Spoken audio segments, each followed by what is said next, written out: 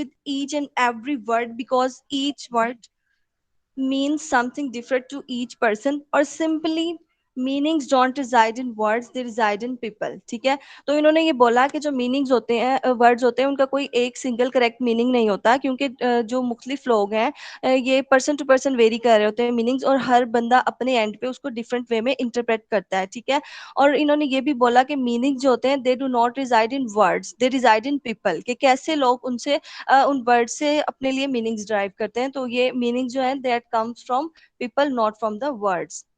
Now consider an example, cold. अगर मैं आपसे पूछती हूँ कि what is cold, what is the meaning of cold, तो आप लोग माइट भी कुछ मुझे बताएंगे in a condition that is pertaining to temperature, और कुछ लोग जो है इसको एटीट्यूड की टर्म में एक्सप्रेस करेंगे। सम ऑफ यू टेल के जो टेम्परेचर कोल्ड है वो इन मतलब रिलेशन टू हम हॉट को डिस्क्राइब कर सकते हैं कि टेम्परेचर की टर्म्स में, और जो बाकी स्टूडेंट्स हैं वो मुझे ये बोलेंगे कि भाई उसका तो जो टेम्परामेंट है या उसका जो बिहेवियर था मेरे साथ वो बहुत ज्यादा कोल्ड था, उसका एटीट्यूड मेरी तरफ या किसी ऑब्जेक्ट या किसी चीज की तरफ जो है वो सही नहीं था, तो हम उसको भी कोल्ड की टर्म में ले सकते हैं। तो इसलिए हम यहाँ से हमें पता चलता है कि जब ये जो बात करते हैं कि एक सिंगल करेक्ट मीनिंग है तो वो ठीक नहीं है, क्योंकि अभी मैंने जो आपको एग्जांपल दी इससे ही हमें क्लियर हो गया कि इधर भी दो मीनिंग जो है एक वर्ड से निकल रहे हैं। So in order to solve the problems उन्होंने एक और थ्योरी बनाई जिसका नाम था डेफिनेशन थ्योरी। मतलब जो हमें ये एम्बिग्विटीज वगैरह होती हैं एक वर्ड को लेके, कोई सेंटेंस फ्रेजेस वगैरह को लेके जो एम्बिग्विटीज होती है ना, इनको सॉल्व करने के लिए बेसिकली इन्होंने डेफिनेशन थ्योरी दी कि अगर हम अपनी कम्युनिकेशन के अंदर जो वर्ड्स यूज करें उनको या फिर एक्सप्लिसिटली डिफाइन कर दें, या फिर उनके लिए मेटाफर्स को यूज कर लें, या फिर हम कुछ ऐसे यूनिवर्सल वर्ड्स को यूज करें जो कि हमारे मीनिंग्स को क्लियर कर दें to the listener.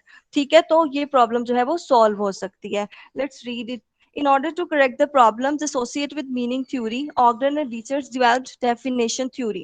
It is imperative for one to understand that when a person speaks, the words he or she chooses mean different things to different people. One may agree that a term best suited to describe this condition is ambiguity. So, according to Ogden and Dietrich, the best way to solve the ambiguity problem is to provide a definition of various terms or concepts. This can be accomplished in many ways. जैसा कि मैंने अभी बताया कि जो different terms और concepts हैं उनकी डेफिनेशन प्रेजेंट कर दी जाएगी। अगर लिस्टर को बता दिया जाएगा कि इस वर्ड की जो डेफिनेशन ये है एक्सप्लिसिट वे में, तो वो समझ जाएगा कि आप उसको किस सेंस के अंदर यूज कर रहे हैं। Or this can be accomplished in many ways. One might choose to offer an explicit definition of the term or concept being used, or he or she could opt to use the term in such a way as to project the definition through the combination of other words that share the same universal meaning. अब यहाँ पे ये है कि जो भी बात हम अपनी कन्वे करना चाह रहे हैं उसको हम डिफरेंट वर्ड्स के कॉम्बिनेशन से जिनका मीनिंग यूनिवर्सल होगा इजिली कन्वे कर सकेंगे। इसकी एग्जांपल अभी नीचे हम देखते हैं। For instance, if a speaker stated that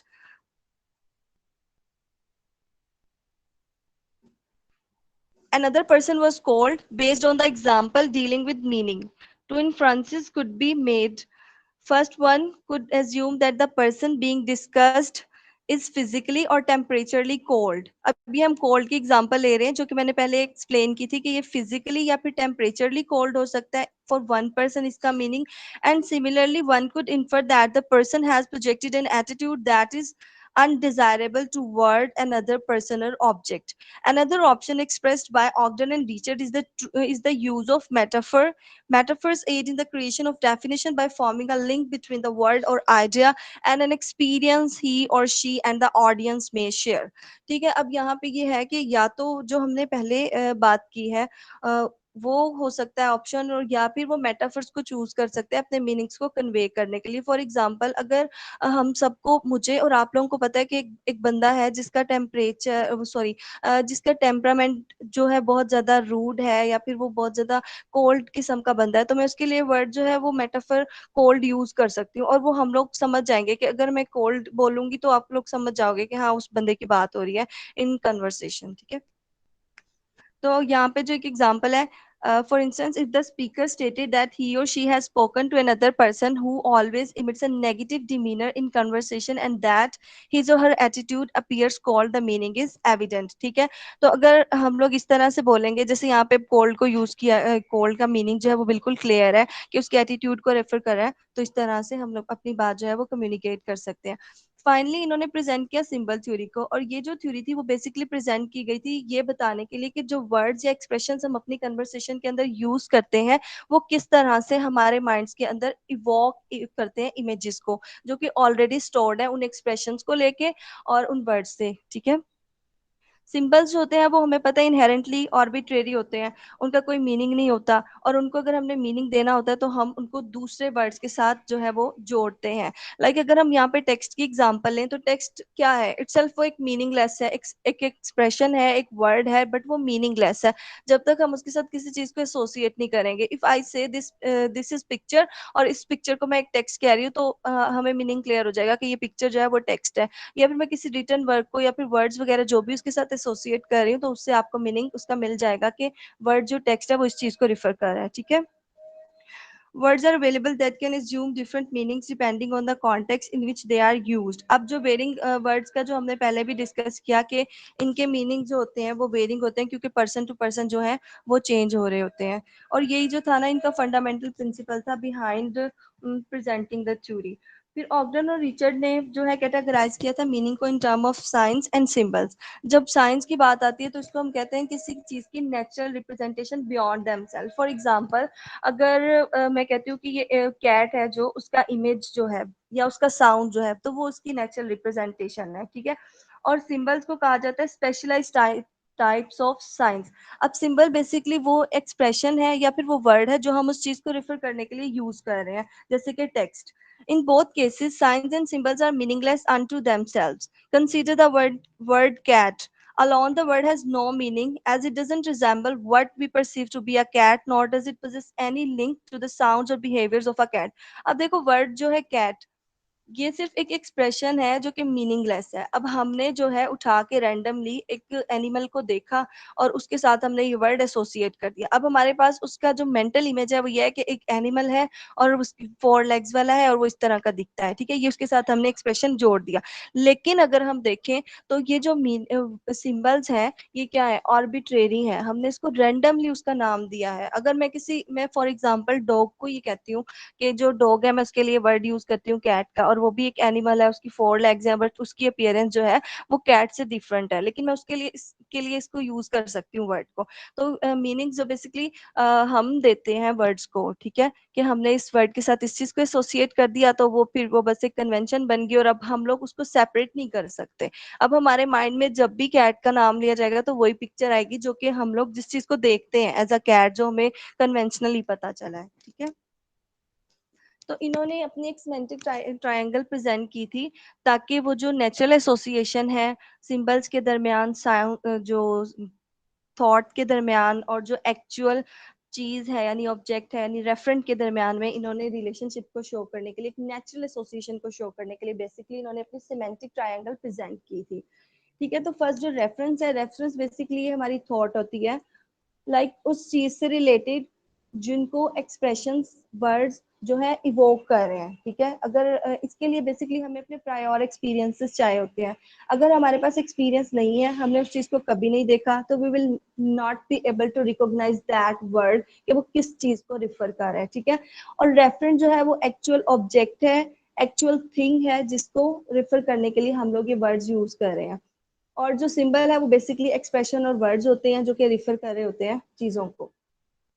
तो यहाँ पे अगर हम ट्रायंगल देखें तो इसके 3 कॉर्नर्स हैं, जहाँ पे एक कॉर्नर पे सिंबल लिखा हुआ है, दूसरे पे थॉट है और तीसरे पे रेफरेंस लिखा हुआ है। अब जो रिलेशनशिप सिंबल और थॉट के दरमियान में है वो रिलेशनशिप है कैजुअल और डायरेक्ट रिलेशनशिप। डायरेक्ट रिलेशनशिप इसलिए है क्योंकि जब हम लोग वर्ड्स यूज करते हैं तो उनसे रिलेटेड जो भी हमारे माइंड में स्टोर्ड चीजें होती हैं, आइदर वो इमेज है, कोई वॉइस है, ये साउंड कुछ भी है, तो वो हमारे माइंड में आ जाता है। अगर मैं कहती हूँ कैट तो आपके माइंड में आ जाएगी उसकी जो पिक्चर है या उसकी साउंड जैसा वो प्रोड्यूस करती है, तो आपको पता चल जाएगा। लेकिन थॉट और रेफरेंस के दरमियान जो रिलेशनशिप है वो डायरेक्ट भी हो सकता है और इनडायरेक्ट भी हो सकता है। इन केस अगर रेफरेंस जो है वो आपके सामने है, इन फ्रंट ऑफ यू, तो रिलेशनशिप जो है वो डायरेक्ट होगा, लेकिन इन केस के जो रेफरेंट का इमेज वगैरह जो भी आपके माइंड के अंदर है, तो जो है वो रिलेशनशिप इनडायरेक्ट होगा। फिर हम देखते हैं सिंबल और जो रेफरेंट है इन दोनों के दरमियान क्या रिलेशन है। जैसे मैंने आपको बताया था कि वर्ड्स या सिंबल जो है वो ऑर्बिट्रेरी होते हैं, हम रैंडमली इनको नेम दे देते हैं, तो इसलिए रेफरेंट और सिंबल के दरमियान कोई भी रिलेशनशिप डायरेक्ट वे में नहीं है, ठीक है। यानी कि अगर यहाँ पे जैसे डॉग लिखा हुआ है, तो डॉग जो है वो हमें तो नहीं स्टार्ट में पता था कि ये जो है किसी एनिमल को रिफर करना है या कुछ भी, तो it was just a word, लेकिन फिर इसको एक इस एनिमल के साथ एसोसिएट कर दिया गया और हमें पता चला कि जो है फलाना वर्ड जो है, हम डॉग का वर्ड हम फलाने एनिमल के लिए यूज कर रहे हैं। तो इन दोनों के दरमियान जो रिलेशनशिप होता है बेसिकली वो ऑर्बिट्रेरी रिलेशनशिप होता है। और ये तीनों जो है ना एक ऐसे मैनर के अंदर, तीनों एलिमेंट जो है इस ट्रायंगल के इस मैनर में जो है प्रेजेंट किए गए हैं कि ये इरिड्यूसिबल है, एक दूसरे को सेपरेट नहीं इनको हम इस ट्रायड से कर सकते। So this was all about the Ogden and Richards theory. और इनका जो मतलब इन्होंने अपनी इस थ्योरी के जरिए एक एवेन्यू दिया था लोगों को, बाकी जो स्कॉलर्स थे, बाकी जो बंदे जिन्होंने इस पे काम किया, कि वो अपने कम्युनिकेशन बिहेवियर को किस वे में जो है देख सकते हैं, और फिर वो उन बेसिस पे थ्योरीज जो है उनको फॉर्मुलेट कर सकते हैं। So that's all about my presentation. Hopefully आप लोगों को समझ आ गई होगी, and if you people have any question ask.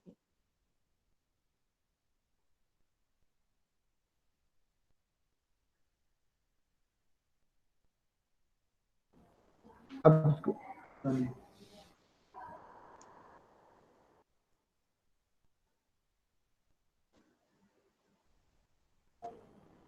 okay, that's good, Simran. Okay, thank you sir. Okay, thank you. how many presenters are left? Is there anybody else, or is it all about the excuse me sir. presenters? Sir आपने मेरी presentation सुन ली थी? बस वो मेरा What? Last में रह गया था। हाँ, नहीं नहीं, वो यहाँ वहीं तक मैंने अच्छा वो मतलब सुन पका हूँ जब आपने वो कहा था कि मैं उसको करता हूँ, बट और ज्यादातर प्रेजेंटेशन आपकी सुनी है, क्लियर थी। दरमियान में सर लास्ट में प्रॉब्लम आया जी। हुआ सर वो मिड में जितना सिलेबस इंक्लूड था उस पे मॉर्निंग के स्टूडेंट्स ने प्रेजेंट कर लिया है, तो अब जो फाइनल के टॉपिक्स हैं तो वो मिड के बाद ही हम कर लेंगे प्रेजेंट, क्या कल भी प्रेजेंट करना है? आज के लिए यही थे प्रेजेंटर्स। जी सर, आज के लिए ये प्रेजेंटर्स हैं और मिड का सिलेबस कंप्लीट हो गया है प्रेजेंटेशंस में। इसमें आपके प्रेजेंटेशन में जो टॉपिक सॉरी मिड के लिए जो टॉपिक्स थे, अच्छा एक तो वो था ना थेरीज थी, जी एक सर। सिमेंटिक फीचर था, सिमेंटिक और रोल्स। Semantic role. अच्छा ये सिमेंटिक रोल्स पे सारे पे जो है वो उमर ने प्रेजेंट कर दिया। That could be even enlarged and that could be explained. Semantic roles हैं, and of course we cannot change the definitions or the basic concepts being because it is science, it's not literature, but more and more examples can be included in it.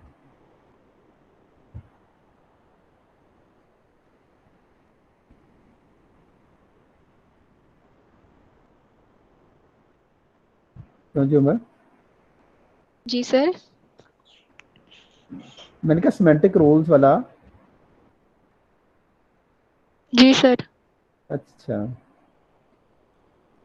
Okay, सो देखते हैं फिर, आप लोग अगर कल present नहीं करना चाहते तो कल हम कुछ टॉपिक पढ़ लेंगे और उसको फिर उसके बाद ले जाएंगे, मिड के बाद ले जाएंगे जी सर।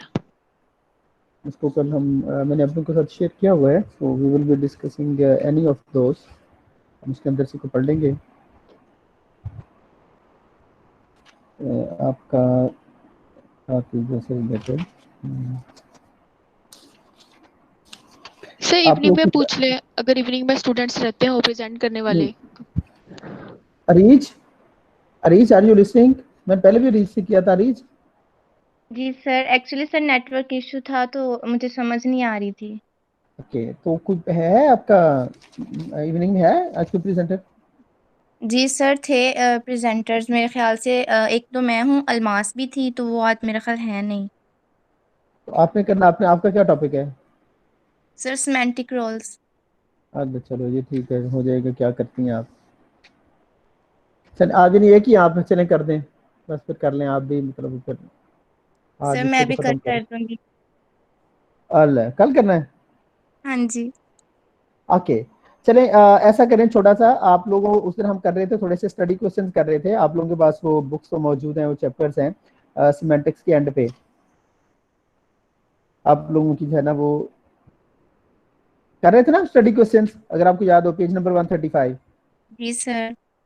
ओके जरा उसी पे आए, जरा पेज नंबर 135 पे आए।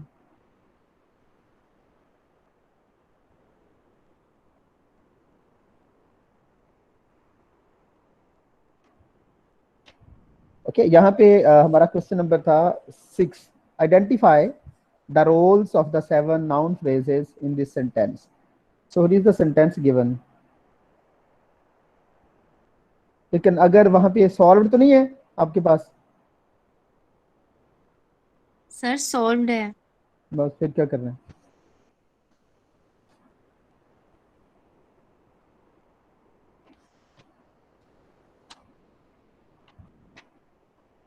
ठीक है, फिर कल हम, आप लोग अगर वैसे मिड से रिलेटेड अगर कुछ पूछना चाहें, कोई उससे सिलेबस से रिलेटेड कोई क्वेश्चन, कोई कंफ्यूजन आपको, कोई समथिंग इज नॉट क्लियर, तो आप वो पूछ सकते हैं।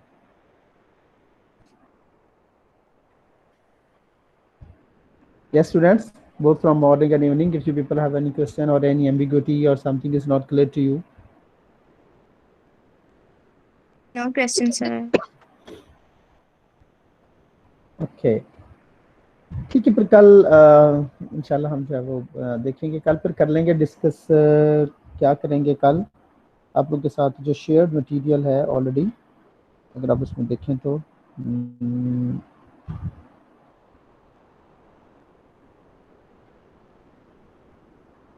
सिमेंटिक्स एंड प्रैग्मेटिक्स ग्रुप में क्या क्या शेयर किया हुआ था। कल फिर हम एम्बिग्यूटी वाली, वो जो पहले आप लोग को शेयर की गई थी ना पीडीएफ एम्बिग्यूटी, उसको डिस्कस करेंगे। ठीक है,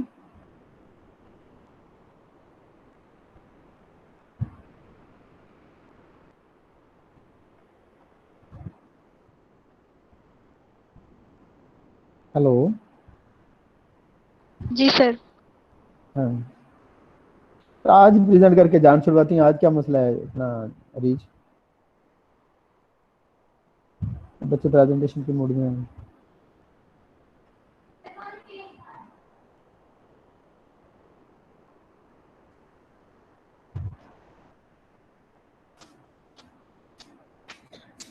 ओके देन, ठीक है फिर, अल्लाह हाफिज। अल्लाह हाफिज सर। सर अल्लाह हाफिज। अल्लाह अल्लाह हाफिज हाफिज। सर।